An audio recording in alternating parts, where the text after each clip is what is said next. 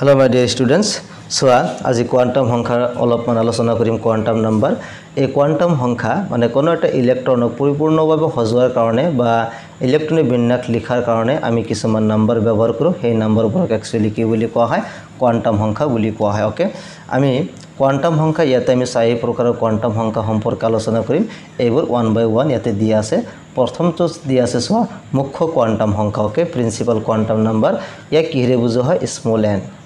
small n ৰে বুজো হয় মুখ্য কোয়ান্টাম সংখ্যা সো মুখ্য কোয়ান্টাম সংখ্যা হল ধনাত্মক অখণ্ড সংখ্যা 1 2 3 4 এইবিলাক মুখ্য কোয়ান্টাম সংখ্যাৰে বুজো হয় অৰ্থাৎ n ৰে বুজো হয় n ৰ মান 1 বা 2 3 4 5 6 এনেকুৱা হয় অৰ্থাৎ ধনাত্মক অখণ্ড সংখ্যা হ'ব লাগিব মুখ্য কোয়ান্টাম সংখ্যাটো কি ধনাত্মক অখণ্ড সংখ্যা হ'ব লাগিব হাইড্ৰোজেন আৰু হাইড্ৰোজেন সদৃশ পৰমাণুৰ অৰবিটেলৰ শক্তি আৰু আকাৰ মূলত মুখ্য কোয়ান্টাম সংখ্যা নিৰ্দেশ কৰে এটো বহুত ইম্পৰ্টেন্ট হয় কোনো এটা অৰবিটেলৰ শক্তি বা কোনো এটা অৰবিটেলৰ আকাৰ হেতু কাৰ ওপৰত নিৰ্ভৰ কৰে মুখ্য কোয়ান্টাম সংখ্যাৰ ওপৰত নিৰ্ভৰ কৰে অৰ্থাৎ এনৰ ওপৰত নিৰ্ভৰ কৰে অৰ্থাৎ এনৰ ওপৰত নিৰ্ভৰ কৰে আমাৰ কোনো এটা অৰবিটেলৰ শক্তি আৰু কোনো এটা অৰবিটেলৰ আকাৰ ওকে অৰবিটেলৰ শক্তি মুখ্য কোয়ান্টাম সংখ্যা n আৰু এজিমিউথেল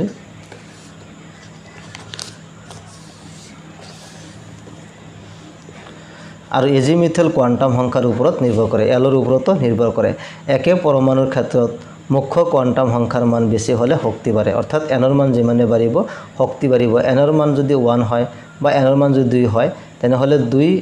থকাৰ কাৰণে শক্তি বাঢ়িব এনৰ মান যদি 3 হয় তেনেহলে শক্তি আৰু বাঢ়িব অৰ্থাৎ এনৰ মান যিমানে বাঢ়িব শক্তি হিমানে বাঢ়িব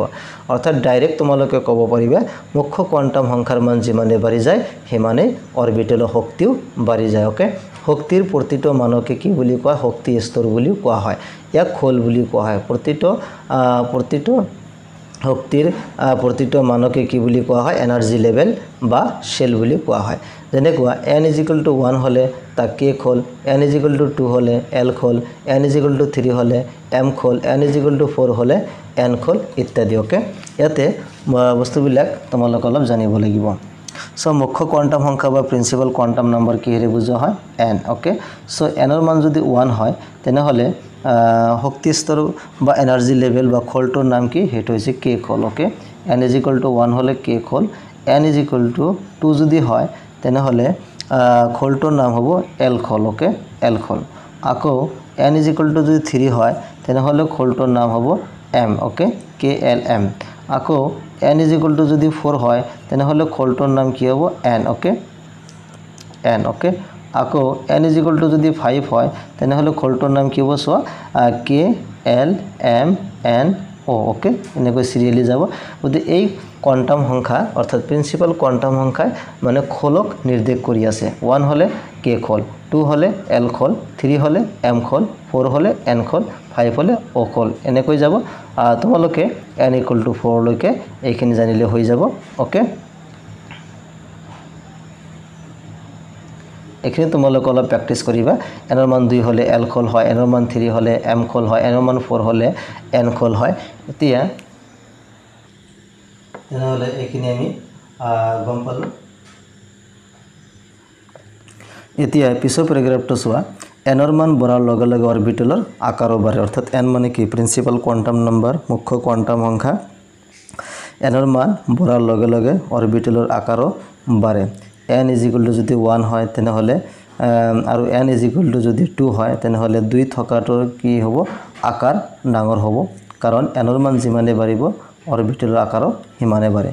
অৰবিটেলৰ আকাৰ বঢ়াৰ লগে লগে নিউক্লিয়াছৰ পৰা ইলেক্ট্ৰনৰ দূৰত্ব বাঢ়ে যিমানে অৰবিটেলৰ আকাৰ বাঢ়িব বাহিৰৰ কক্ষৰ ইলেক্ট্ৰনটো নিউক্লিয়াছৰ পৰা বেছি দূৰত্বত অৱস্থান কৰিব সেই কাৰণে ইলেক্ট্ৰনৰ দূৰত্ব বাঢ়ে এটা নিৰ্দিষ্ট খলত n² সংখ্যক অৰবিটেল থাকে মোস্ট ইম্পৰ্টেন্ট এটো তোমালোকে মনত ৰাখিবা এটা নিৰ্দিষ্ট খলত n² সংখ্যক অৰবিটেল থাকে ওকে যেনে k খলত একেটাই অৰবিটেল l খলত 4টা অৰবিটেল ইত্যাদি ওকে অৰ্থাৎ এটা আমি কেনেকৈ সমাধান কৰিম সোৱা এটো কিন্তু অলপ লাগিব ওকে ইয়াতে সুধিছে এটা নিৰ্দিষ্ট খলত n² সংখ্যক অৰবিটেল থাকে এটা নিৰ্দিষ্ট খলত কিমানটা অৰবিটেল থাকে n² সংখ্যক ওকে এতিয়া k খলত কিমানটা অৰবিটেল থাকিব তেনেহলে যদি আমি k খল কনসিডাৰ কৰো k খল কেতিয়া হয় যেতিয়া n ৰ মান 1 হয় ওকে গতিকে n ৰ মান যদি 1 হয় তেনেহলে 1 ক কি কৰিব লাগিব স্কয়াৰ কৰিব লাগিব 1 ৰ স্কয়াৰ কৰিলে কিমান হ'ব 1 অৰ্থাৎ k হ'ল একেটাই ওকে k খলত কিমান অৰবিটেল আছে এটা অৰবিটেল আছে কাৰণ এটা নিৰ্দিষ্ট খলত n স্কয়াৰ সংখ্যক অৰবিটেল থাকে তেনেহলে কি এটা নিৰ্দিষ্ট খল এই নিৰ্দিষ্ট খলত কিমান অৰবিটেল থাকিব n স্কয়াৰ আৰু n ৰ মান 1 k ৰ কাৰণে n ৰ মান 1 হয় সেই কাৰণে 1 স্কয়াৰ কৰিলে 1 হয় অৰ্থাৎ k খলত এটা অৰবিটেল থাকিব এতিয়া যদি আমি l খল লও l খলত কেইটা অৰবিটেল থাকিব l ৰ মান কেতিয়া হয় যেতিয়া n ৰ মান 2 হয় ওকে সো আমি এতে কি কৰিব লাগিব 2 ৰ স্কয়াৰ কৰিব লাগিব সো 2 ৰ স্কয়াৰ কৰিলে কিমান হয় 4 অৰ্থাৎ l খলত 4টা অৰবিটেল থাকিব আকৌ m ওকে সো m খলত কিমান অৰবিটেল থাকিব m কেতিয়া হ'ব যেতিয়া n ৰ মান 3 হয় গতিকে আমি 3 ৰ স্কয়াৰ কৰিব লাগিব সো 9 হ'ব ওকে অৰ্থাৎ m খলত কিমান অৰবিটেল থাকিব 9টা অৰবিটেল থাকিব ইয়াৰ পৰা ডাইৰেক্ট কোশ্চেন সুধিব পাৰে যে k খলত কিমান অৰবিটেল থাকিব বা l খলত ম্যাক্সিমাম কিমান অৰবিটেল থাকিব পাৰে বা mcq সুধিব পাৰে l খলত থাকিব পৰা অৰবিটেলৰ সংখ্যা হল 1 4 9 বা 5 এনেকৈ দিয়া থাকিব পাৰে গতিকে এই ফৰ্মুলাটো তোমালোকে মনত ৰাখিবা এটা নিৰ্দিষ্ট খলত n স্কয়াৰ সংখ্যক অৰবিটেল থাকে আৰু এইটো আমি k l m এইবিলাক অৰবিটেলৰ ক্ষেত্ৰত উলিয়াব পাৰো এখানে হল অৰ্থাৎ n ৰ মান বাড়িলে খলত থকা অৰবিটেলৰ সংখ্যাও বাড়ে গতিকে আমি ক'ব পাৰো যে n ৰ এক নিৰ্দিষ্ট মান বিশিষ্ট অৰবিটেলবোৰে এটা খোল গঠন কৰে এখিনি গম পালো এইটো হৈছে প্ৰিন্সিপাল কোয়ান্টাম নাম্বাৰ বা মুখ্য কোয়ান্টাম সংখ্যা তেনেহলে মুখ্য কোয়ান্টাম সংখ্যাৰ ক্ষেত্ৰত এই সূত্ৰ কেইটা অৰ্থাৎ কনসেপ্টবোৰ তোমালোকে মুখস্থ কৰিব লাগিব বা ষ্টাডি কৰিব লাগিব এতিয়া 2 নম্বৰ যেটো কোয়ান্টাম নাম্বাৰ আছে এজিমিউথুৱেল কোয়ান্টাম সংখ্যা এজিমিউথুৱেল কোয়ান্টাম নাম্বাৰ যেটো স্মল l ৰে বুজোৱা হয় আৰু ইয়াৰ সিগনিফিকেন্স বা তাৎপৰ্য কি ইয়াতে দিয়া আছে ইয়াৰ পৰা তোমালোকে এটো বুজি লবা এই কোয়ান্টাম সংখ্যাই অৰবিটেলৰ আকৃতি নিৰ্দেশ কৰে ওকে মুখ্য কোয়ান্টাম সংখ্যা কি অৰবিটেলৰ আকাৰ আৰু শক্তি নিৰ্দেশ কৰিছে কিন্তু এজিমিউথুৱেল কোয়ান্টাম সংখ্যাই বা l কি কৰে অৰবিটেলৰ আকৃতি নিৰ্দেশ কৰে ইয়াৰ মান n ৰ ওপৰত নিৰ্ভৰ কৰে ওকে সো l ৰ মান কাৰ ওপৰত নিৰ্ভৰ কৰে n ৰ ওপৰত নিৰ্ভৰ কৰে n ৰ মান যদি কম বেছি হয় তেনেহলে l ৰ মানো কি হ'ব কম বেছি হ'ব অৰ্থাৎ n মানে কি প্ৰিন্সিপাল কোয়ান্টাম নাম্বাৰ আৰু l মানে কি এজিমিউথুৱেল কোয়ান্টাম নাম্বাৰ এজিমিউথুৱেল কোয়ান্টাম সংখ্যা বা নাম্বাৰটো প্ৰিন্সিপাল কোয়ান্টাম সংখ্যাৰ ওপৰত নিৰ্ভৰ কৰে এতিয়া কেনেকৈ নিৰ্ভৰ কৰে হেতু আমি আলোচনা কৰিম এতে দি আছে সো n ৰ এক নিৰ্দিষ্ট মানৰ ভাবে l ৰ nটা মানে পোৱা যায় ওকে l ৰ এক নিৰ্দিষ্ট n ৰ এক নিৰ্দিষ্ট মানৰ ভাবে l ৰ nটা মানে পোৱা যায় এই মানবোৰ 0 বা 0 আৰু n - 1 ৰ ভিতৰত থাকে অৰ্থাৎ n ৰ এক নিৰ্দিষ্ট মানৰ ভাবে l ৰ সম্ভৱপৰ মানসমূহ হল 0 1 2 3 4 এনেকৈ গৈ n - 1 লৈকে হ'ব ওকে অৰ্থাৎ n ৰ এক নিৰ্দিষ্ট মানৰ কাৰণে l ৰ এক নিৰ্দিষ্ট মান পোৱা যায় আমি ইতিমধ্যে পাই আহিছো যে l ৰ মানে অৰবিটেল নিৰ্দেশ কৰে অলৰেডি তো বুজাই দিছো l = 0 হলে s অৰবিটেল l = 1 হলে p অৰবিটেল l = 2 হলে d অৰবিটেল আদি ইহতক উপখল বলা হয় ওকে সো এজিমিউথুৱেল কোয়ান্টাম সংখ্যা এইটো অলৰেডি আমি আলোচনা কৰিছিলো ইয়াৰ আগৰ ভিডিওটো তোমালোকে চাই লব পাৰিবা যে ইয়াতে আমি n আৰু l ওকে এই দুটা বস্তু দুটা কোয়ান্টাম সংখ্যা অলৰেডি আলোচনা কৰিলো n মানে কি আছিল মুখ্য কোয়ান্টাম সংখ্যা l মানে কি আছিল এজিমিউথুৱেল কোয়ান্টাম সংখ্যা বা কৌণিক ভৰবেগ কোয়ান্টাম সংখ্যা বুলি কোৱা হয় এতিয়া এই l ৰ মানটো কাৰ ওপৰত নিৰ্ভৰ কৰে l ৰ মানটো নিৰ্ভৰ কৰে n ৰ ওপৰত অৰ্থাৎ n ৰ এক নিৰ্দিষ্ট মানৰ কাৰণে l ৰ nটা মানে পোৱা যায় তেনেকুৱা এটো আমি কেনেকৈ কৰিম n ৰ মান যেনেকুৱা n ৰ মান যদি 1 হয় n ৰ মান যদি 1 হয় আৰু l ৰ মান তেনেহলে কি হ'ব n ৰ মান 1 n ৰ এক নিৰ্দিষ্ট n ৰ ভাবে n ৰ এক নিৰ্দিষ্ট মানৰ ভাবে l ৰ nটা মানে পোৱা যায় n ৰ মান কিমান 1 l = কি হ'ব যদি 0 হয় তেনেহলে অৰবিটেলটোৰ নাম কি হ'ব 1s অৰবিটেল কাৰণ l = 0 হলে কি হয় s অৰবিটেল সেই কাৰণে n = 1 যদি লোৱা হয় l = 0 যদি হয় তেনেহলে 1s অৰবিটেল ওকে আকৌ n = যদি 2 লোৱা হয় তেনেহলে l = আমি 0 পাম আৰু l = 1 পাম ওকে দুটা মান পাম কাৰণ এনৰ এতে কি কনসেপ্টটো কি আছিল এনৰ এক নিৰ্দিষ্ট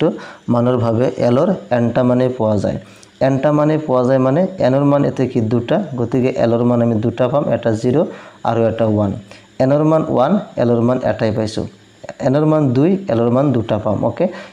এনৰ মান 3 এলৰ মানত তিনিটা পাম ওকে এনেকৈ বস্তুটো হদিছে সো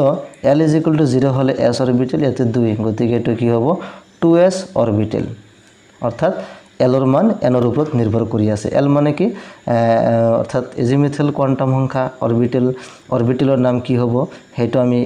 l এৰ পৰা নিৰ্ণয় কৰিব পাৰো আৰু হেটো কাৰ উপৰ নিৰ্ভৰ কৰি আছে n এৰ উপৰ নিৰ্ভৰ কৰি আছে ওকে আকৌ ইয়াতে l = 1 হলে কি হয় p অরবিটেল এটো তোমালোকে মনত ৰাখিবা ইয়াৰ আগৰ ভিডিওটোত বুজাই দিছো আৰু n = 2 হলে কি হ'ব 2p অরবিটেল অর্থাৎ n = 2 হলে আমি দুটা অরবিটেল পাও এটা হল 2s আৰু এটা হল 2p ওকে এতিয়া n এর মান যদি আমি 3 লও ওকে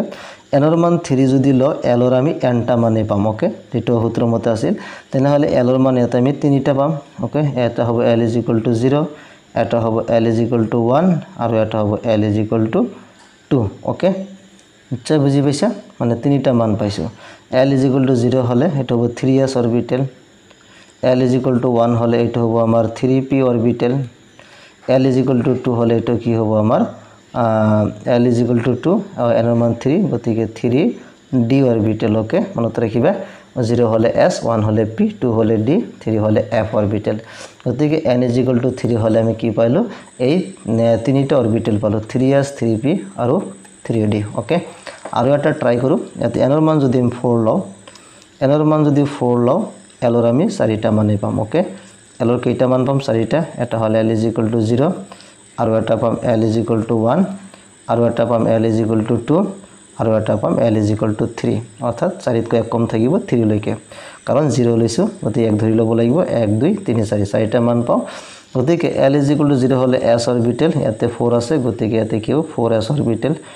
ইয়াতে l = 1 আছে p অরবিটেল গতিকে 4p অরবিটেল l = 2 আছে d অরবিটেল গতিকে 4d অরবিটেল l = 3 আছে f অরবিটেল গতিকে কি আহিব 4f অরবিটেল গতিকে n = 4 l এর মান 4টা পাইছো 4s 4p 4d আৰু 4f ওকে নিশ্চয় তোমালোকে বুজি পাইছা এনেকৈ আমি এজিমুথাল কোয়ান্টাম সংখ্যাৰ পৰা বা প্ৰিন্সিপাল কোয়ান্টাম সংখ্যাৰ পৰা আমি এজিমুথাল কোয়ান্টাম সংখ্যা এনেকৈ নিৰ্ণয় কৰিব পাৰো বা কোন এটা অৰবিটেলৰ চিহ্ন কি হ'ব বা অৰবিটেলৰ আকৃতি কি হ'ব এইটো আমি এটা 4s এটা 4p 4d অৰবিটেলৰ নাম কি হ'ব হেটো আমি নিৰ্ণয় কৰিব পাৰো